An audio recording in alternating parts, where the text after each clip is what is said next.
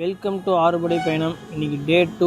நேற்று நைட்டு சென்னையில் வந்து ஸ்டே பண்ணோம். இன்றைக்கி காலையில் ஒரு 5 மணிக்கு எழுந்துட்டோம். 5 மணிக்கு எழுந்து குளிச்சு ஃப்ரெஷ் ஆகிட்டு ஸ்ட்ரைட்டாக சிறுவாபுரி தான் போனோம். போகிற வழி ஃபுல்லாக சரியான பனி. ஒரு இடத்துல நின்று ஒரு டீயை போட்டுட்டு ஒரு வழியாக சிறுவாபுரி வந்து ரீச் ஆகிட்டோம்.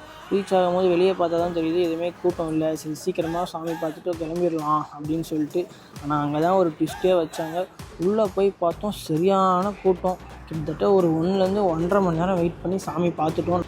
வெளியே வந்தோடனே இந்த அக்கா பாருங்கள் அழகாக மயில் வச்சுட்டு இருந்தாங்க. வெளியே அன்னதானம்லாம் போட்டாங்க. அதெல்லாம் வாங்கி சாப்பிட்டுட்டு ஃபோட்டோ வீடியோ அதெல்லாம் எடுத்துகிட்டு சில வேல்லாம் வாங்கினோம். அதெல்லாம் வாங்கிட்டு அங்கேருந்து கிளம்பிட்டோம்.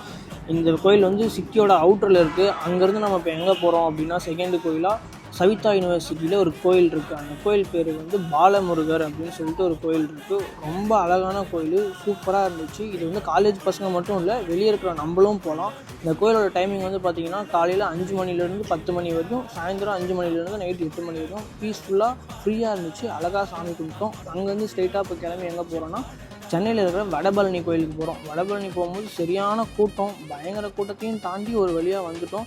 ஒரு 12 மணி போல் வந்தோம். வந்து பார்க்குறோம் உள்ளே பயங்கர கூட்டம். கோயிலுமே நடை சாத்திட்டு இருந்தாங்க போல், சரியான கூட்டம் இருந்துச்சு. 50 ரூபா டிக்கெட் தான் எடுத்தோம். அதில் எடுத்து ஒரு 1 ஹவர் வெயிட் பண்ணோம். வெயிட் பண்ணதுக்கு அப்புறமேட்டு தான் சாமி பார்க்க விட்டாங்க. ஃப்ரீயாக சாமி பார்த்துட்டு வெளியே வந்துட்டோம். நீங்கள் முருகரை கும்பிடுறீங்க அப்படின்னா உங்களுக்கு ஒரே ஒரு விஷயம் மட்டும் நல்லா புரிஞ்சுக்கோங்க. நீங்கள் ஒரு விஷயம் வேணும்னு சொல்லி அவர்கிட்ட போய் நின்னீங்கன்னா ரொம்ப கஷ்டப்படுத்துவார். அந்த விஷயமே உங்களுக்கு வேணாம் அப்படின்ற அளவு கஷ்டப்படுத்துவார். கடைசியில் அந்த விஷயத்தை உங்களுக்கு கொடுக்கும்போது நீங்கள் அவ்வளோ சந்தோஷப்படுவீங்க.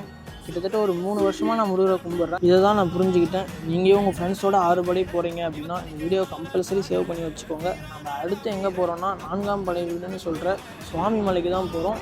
நெக்ஸ்ட் வீடியோவில் பார்க்கலாம்.